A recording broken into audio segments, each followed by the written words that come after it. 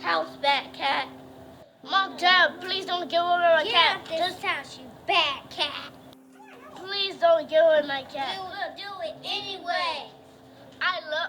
Please don't, I love my cat.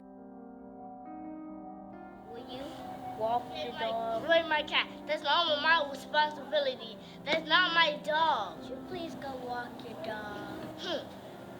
Will you feed the dog? That's not my dog. Will you clean the dog? It's not even my responsibility. Why don't you just think of a name for it? I'll just call him Shredder. Sounds like a good name to me. Just play with the dog, sorry. Yeah, boy. Come here, Shredder. With your big head. With your funny looking ears. With your big ears, with your big old eyes, big fat nose.